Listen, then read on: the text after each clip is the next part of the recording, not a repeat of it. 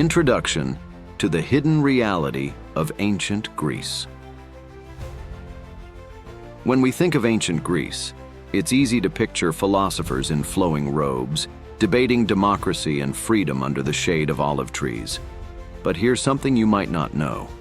The foundations of this celebrated civilization were built on the backs of enslaved people. While we remember Greece as the birthplace of democracy, demokratia, there was a deep contradiction hidden within this ideal. The very concept of freedom, or eleutheria, was reserved for only a select few. Yes, ancient Greece was famous for its intellectual and cultural achievements, but at the same time, slavery, douleia, was an integral part of its society.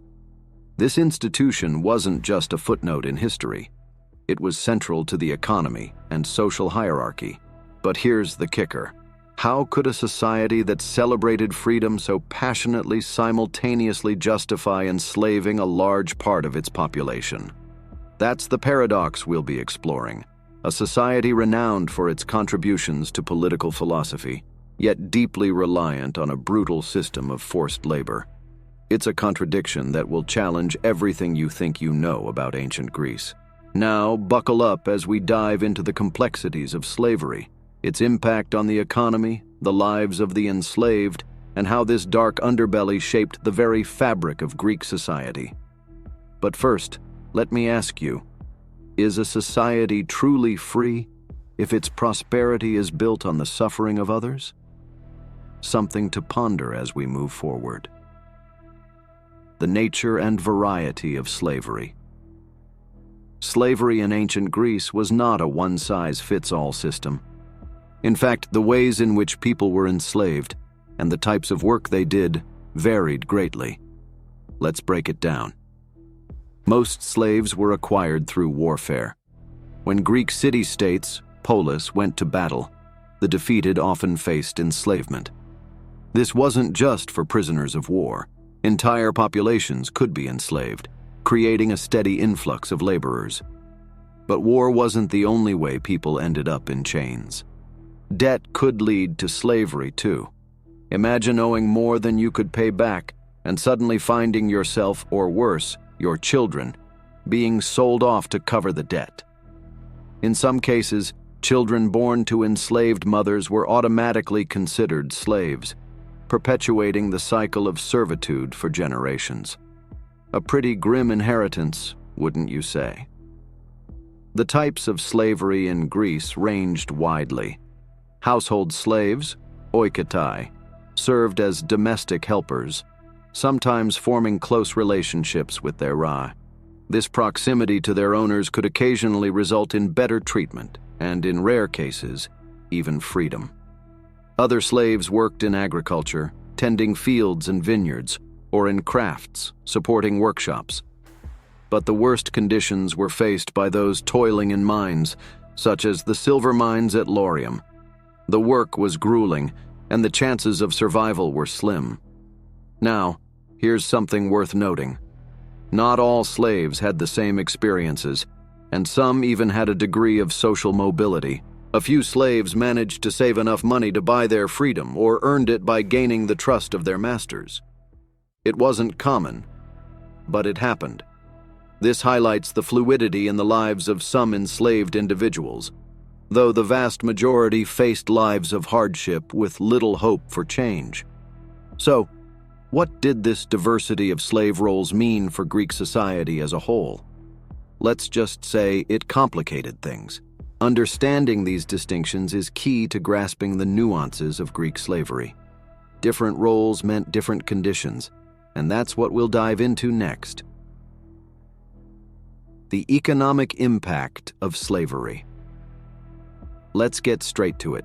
The economy of ancient Greece depended heavily on slave labor. Without enslaved people working the fields, serving in households, or laboring in the mines, the prosperity of cities like Athens wouldn't have been possible. Slaves were, quite literally, the backbone of the Greek E. Agriculture was one of the key sectors where slavery played a crucial role.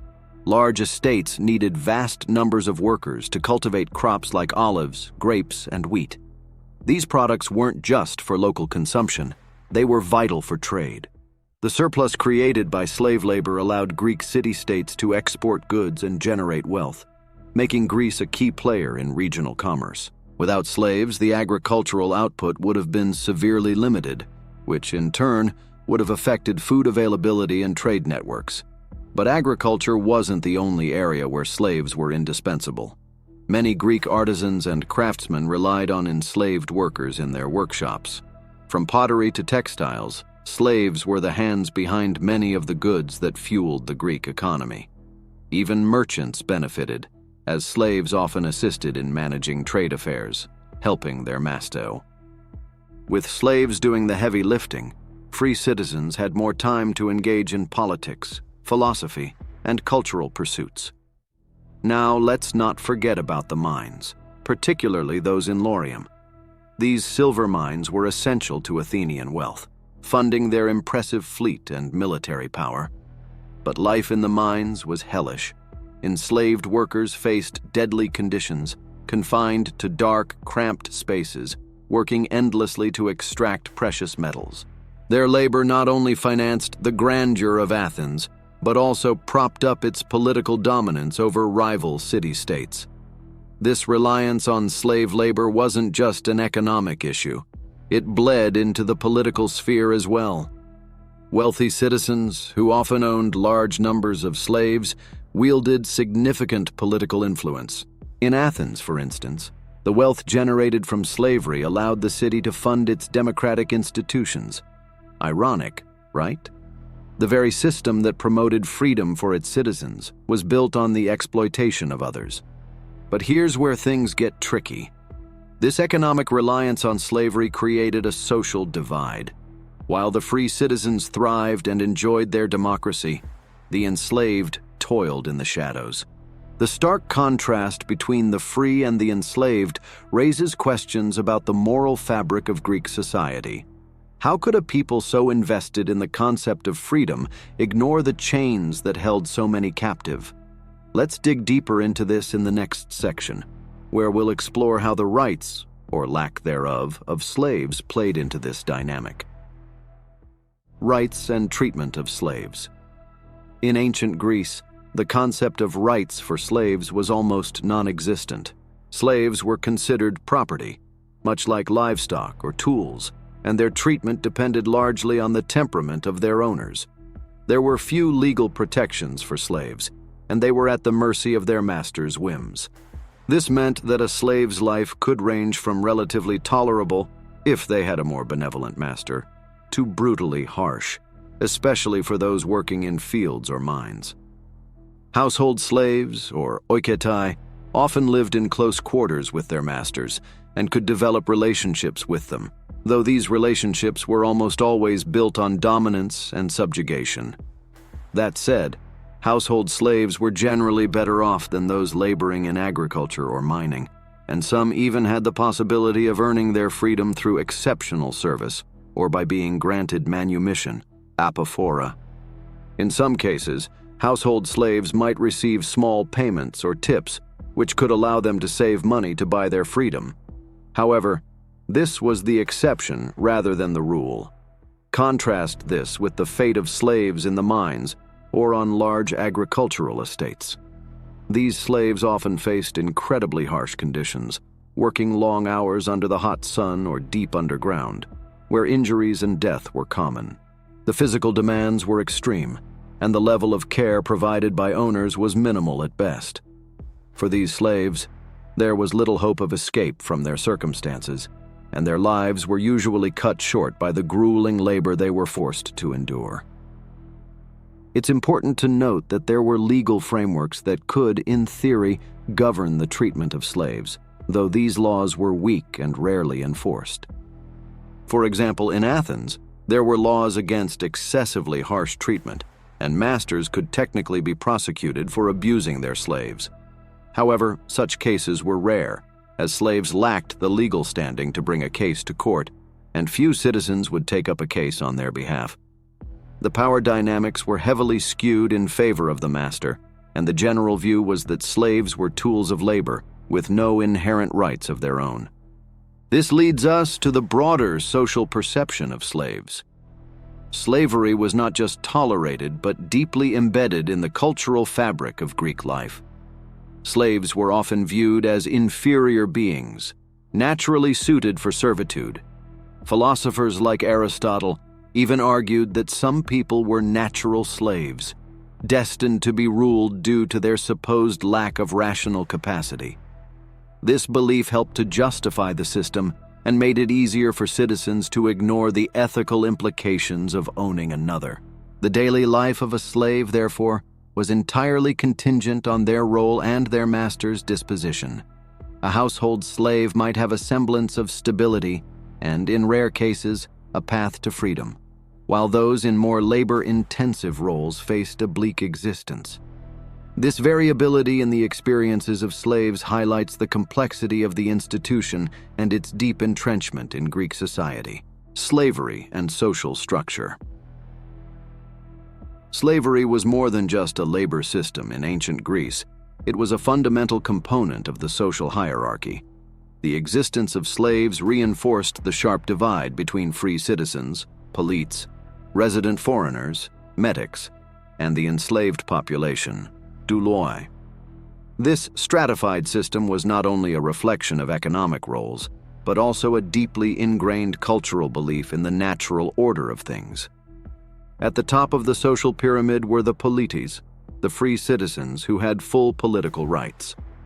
These were the men who participated in the democratic processes of cities like Athens, owned land, and could afford to engage in intellectual pursuits. Below them were the metics, foreign residents who, while free, did not have the same rights as citizens.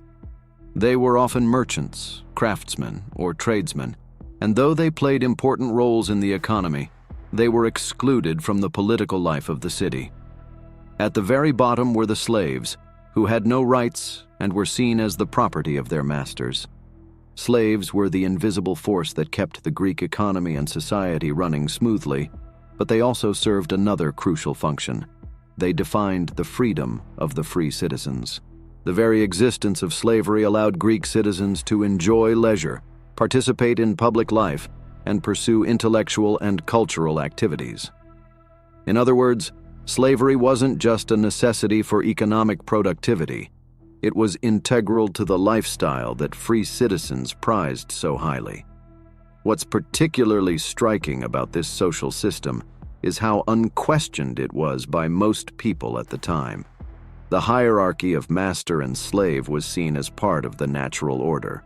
Citizens justified their superiority through various means, from religious beliefs to philosophical arguments.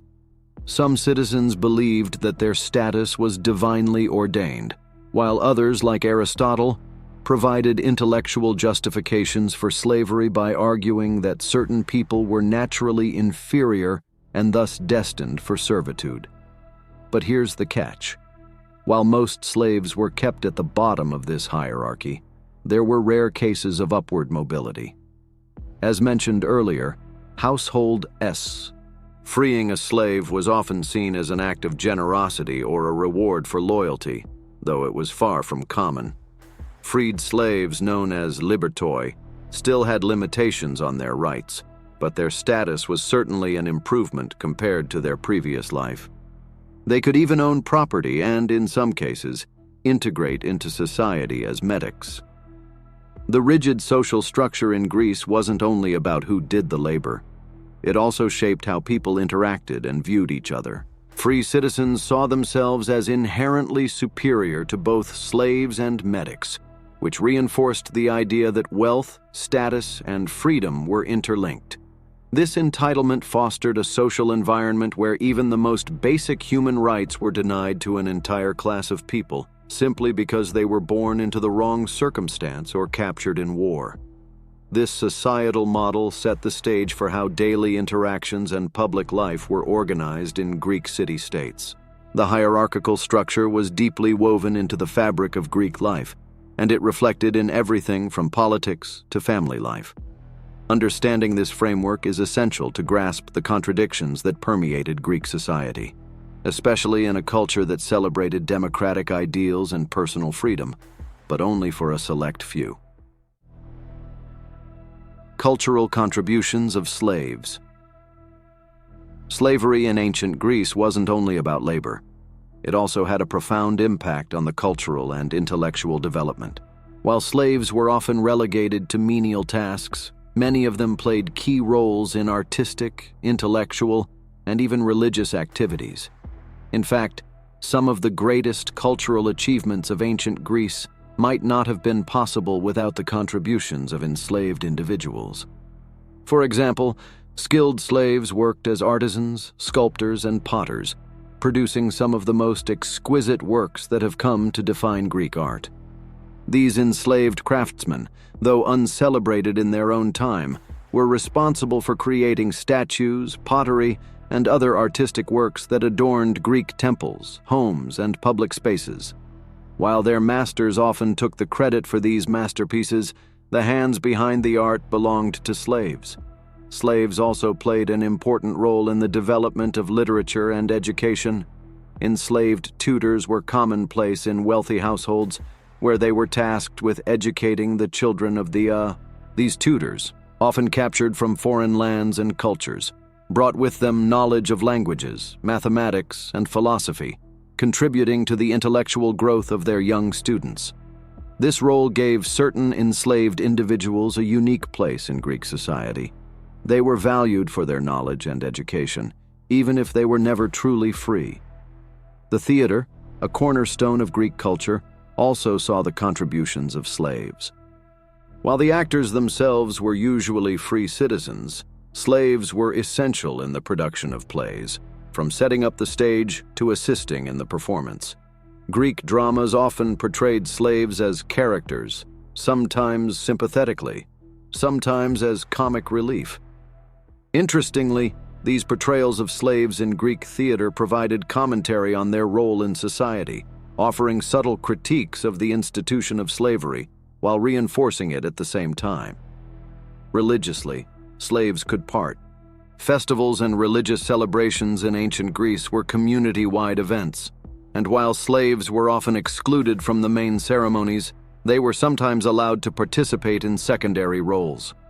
For example, during the Anthesteria, a festival in honor of Dionysus, slaves were permitted to join in the drinking and festivities, a rare moment of shared experience between free citizens and slaves, albeit fleeting and within a structured context. Now, let's pause for a moment and reflect. On one hand, Greek culture is remembered for its emphasis on beauty, intellect, and freedom. On the other, the enslaved people who helped build and sustain this culture were denied those very ideals. This contradiction wasn't lost on some thinkers of the time, and it presents a complex legacy for us to consider today. How could a society that prided itself on wisdom and justice simultaneously ignore the humanity of so many who contributed to its greatness? As we continue to explore the complexities of slavery in ancient Greece, it's worth noting how these contributions, both visible and invisible, shaped the cultural landscape. The enslaved were not just tools for labor. They were integral to the artistic, intellectual, and social developments that we still celebrate today. Revolts and resistance among slaves. Despite the overwhelming power imbalance between slaves and their masters, enslaved people in ancient Greece didn't always accept their fate passively. Throughout history, there were moments of defiance, from large-scale revolts to smaller acts of everyday resistance. These acts of rebellion serve as a reminder that even in the harshest conditions, the human desire for freedom endures. One of the most famous examples of a large-scale revolt occurred in Sparta, where the Helots, a subjugated class often described as state-owned serfs, staged multiple uprisings against their oppressive Spartan rulers. The Helots weren't typical slaves in the sense of being privately owned by individuals, but their lives were marked by brutal subjugation and forced labor, particularly in agriculture. The Spartans lived in constant fear of these revolts due to the large population of Helots, who outnumbered the free citizens by a significant margin. The most notable revolt took place during the 7th century BCE, when the Helots, taking advantage of a major earthquake that weakened the city, rose up against their masters. Though the Spartans ultimately quashed the rebellion, it was a clear signal that the system of slavery was not as stable as it seemed. Revolts like this were rare but impactful, revealing the underlying tension in societies built on slave labor. However, not all resistance was as dramatic. Many slaves engaged in what historians call everyday resistance, small, subtle acts of defiance that undermined the system without risking outright confrontation. Slaves might deliberately slow their work, feign illness, or sabotage tools and equipment to hinder their master's operations. These acts of resistance may seem small in comparison to full-blown uprisings, but collectively, they represent the determination of enslaved individuals to assert their autonomy, even within a system designed to strip them of it. There's something deeply human about these small acts of defiance, isn't there? Imagine being a slave, forced to perform backbreaking labor day in and day out, but still finding ways to say no, even if it's just by pretending to be too sick to work for a day. These quiet acts of rebellion might not have overturned the system, but they were expressions of agency, proof that even the most oppressed individuals could find ways to push back. Of course, the consequences for slaves caught resisting could be severe.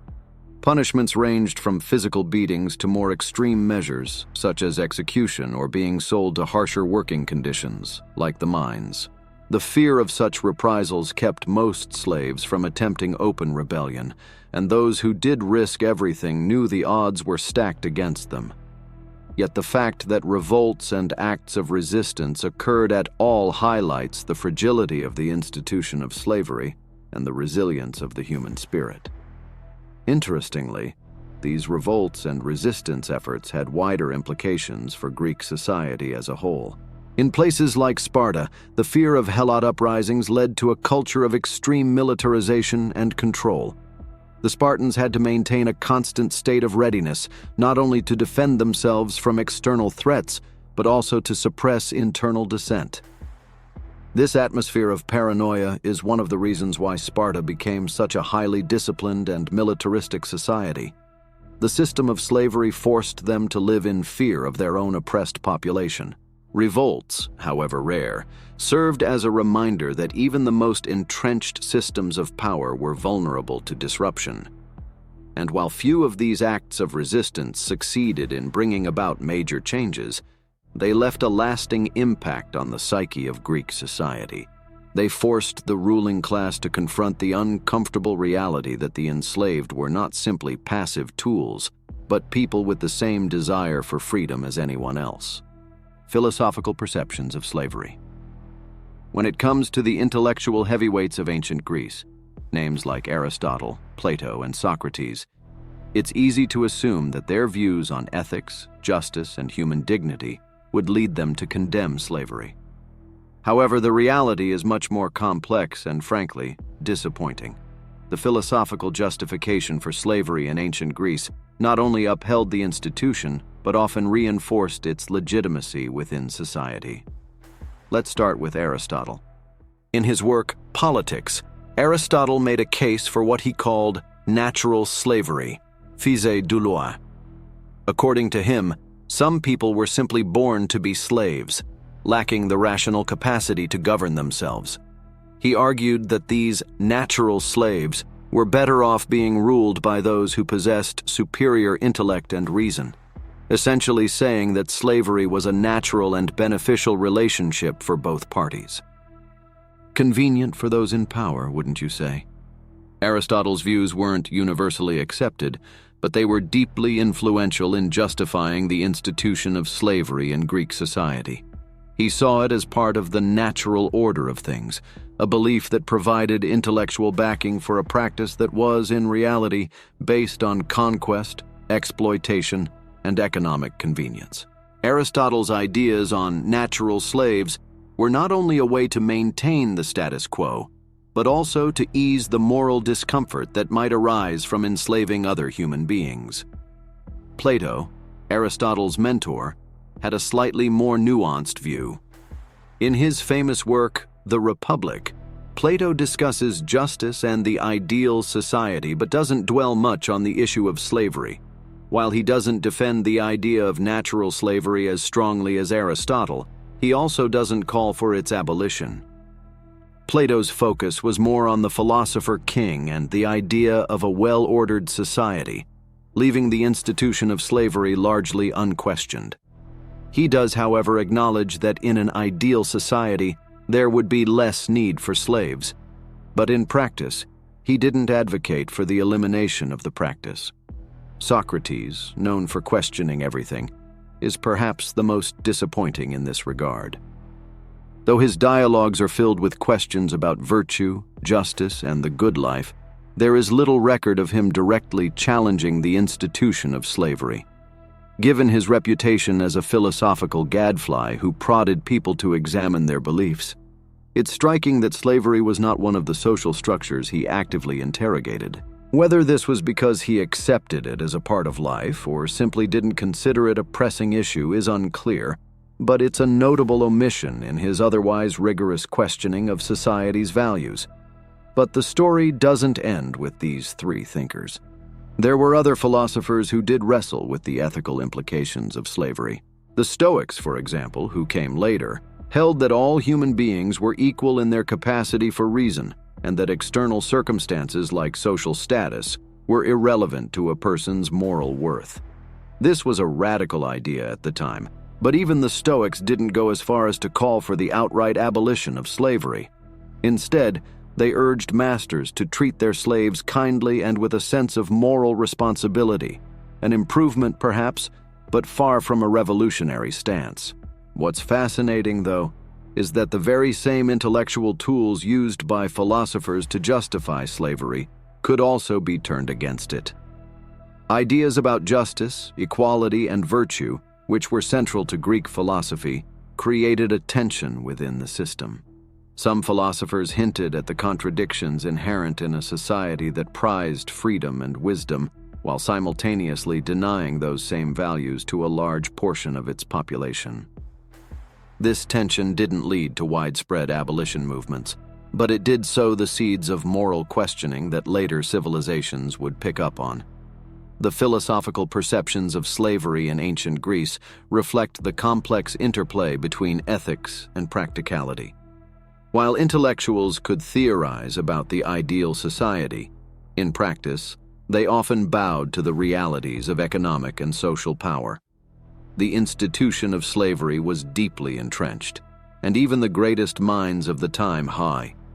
Comparison with other civilizations. When we examine slavery in ancient Greece, it's essential to compare it with the systems of servitude in other prominent civilizations of the time, such as Rome and Egypt. While slavery was a common institution across many ancient societies, the nuances of how it was practiced and justified varied greatly from one culture to another. Let's start with Rome, perhaps the most familiar parallel to Greece. The Roman Empire, much like ancient Greece, was heavily dependent on slave labor for its economic prosperity. However, Roman slavery operated on a grander scale. Roman conquests throughout Europe, the Middle East, and North Africa brought in massive numbers of enslaved people. In fact, entire populations were often subjugated and brought back to Rome as spoils of war, swelling the enslaved population to an extraordinary degree. At one point, it's estimated that up to 1/3 of the population of Rome consisted of enslaved people. A notable difference between Roman and Greek slavery, however, was the possibility of manumission in Rome. While manumission, freeing a slave, was possible in Greece, it was far more common in Rome. Roman slaves could, under certain conditions, save money and purchase their freedom. Once freed, a former slave, libertus, could achieve a relatively high social status, even becoming a Roman citizen. Some freedmen rose to significant wealth and influence, particularly in trade or administrative roles. This upward mobility, while still limited by social stigma, was a marked contrast to the situation in Greece, where former slaves, even if freed, remained marginalized. In Egypt, slavery had a different texture. Though slavery existed, it wasn't always as central to the economy as in Greece or Rome. Many of the laborers who built Egypt's monuments and pyramids were not enslaved, but were conscrits. However, Egypt did have its own system of slavery, often involving prisoners of war or people in debt. Interestingly, Egyptian slaves sometimes had more freedom and social mobility than their counterparts in Greece or Rome. Some Egyptian slaves could own property, marry free people, and even hold administrative positions. In some cases, a slave could rise to a relatively high rank in the pharaoh's court, showing that Egypt had a more fluid class system when compared to the rigid hierarchies of Greece and Rome. It's also important to note how different cultures viewed slavery from a moral or philosophical standpoint. In Rome, slavery was more of a legal institution than a philosophical one. The Romans saw it as a practical necessity, and there was little effort to justify it through philosophical arguments like those made by Aristotle in Greece. Roman society accepted slavery as part of the natural order, but it wasn't seen as a moral issue in the same way the Greeks sometimes grappled with it intellectually. In contrast, Greek philosophers spent more time justifying or questioning the institution, as we've discussed. The Egyptians, for their part, didn't develop extensive philosophical arguments about slavery. Instead, it was more of a pragmatic institution that blended into their broader view of servitude and hierarchy, which was often tied to religious and cosmic orders. Another key distinction between Greek and Roman slavery lay in the roles slaves played in society. In Greece, as we've seen, slaves were deeply embedded in both the domestic and economic spheres, working in homes, fields, workshops, and emissa. In Rome, in addition to these roles, many slaves were employed in large-scale public works, like the construction of aqueducts and roads, or even as gladiators, forced to fight for entertainment in arenas. The sheer scale of public spectacles involving slaves was a unique feature of Roman society. Lastly, the sources of slavery differed somewhat between these civilizations. While Greece and Rome both relied on enslaved war captives, Greece also had a significant proportion of slaves from debt bow. This system, where citizens who couldn't pay their debts became enslaved, was more common in Greece than in Rome. Egyptian slavery, on the other hand, was often tied to the state, with pharaohs using enslaved labor for monumental construction projects, though these slaves often had a more integrated role in society. In summary, while slavery was a cornerstone of the social and economic structures in all these civilizations, the practices and experiences of enslaved people varied considerably. Roman slaves had greater opportunities for manumission, while Egyptian slaves sometimes enjoyed more social mobility and legal rights. Greek slavery was deeply entwined with philosophical justifications, creating a unique moral framework that both supported and, at times, questioned the institution.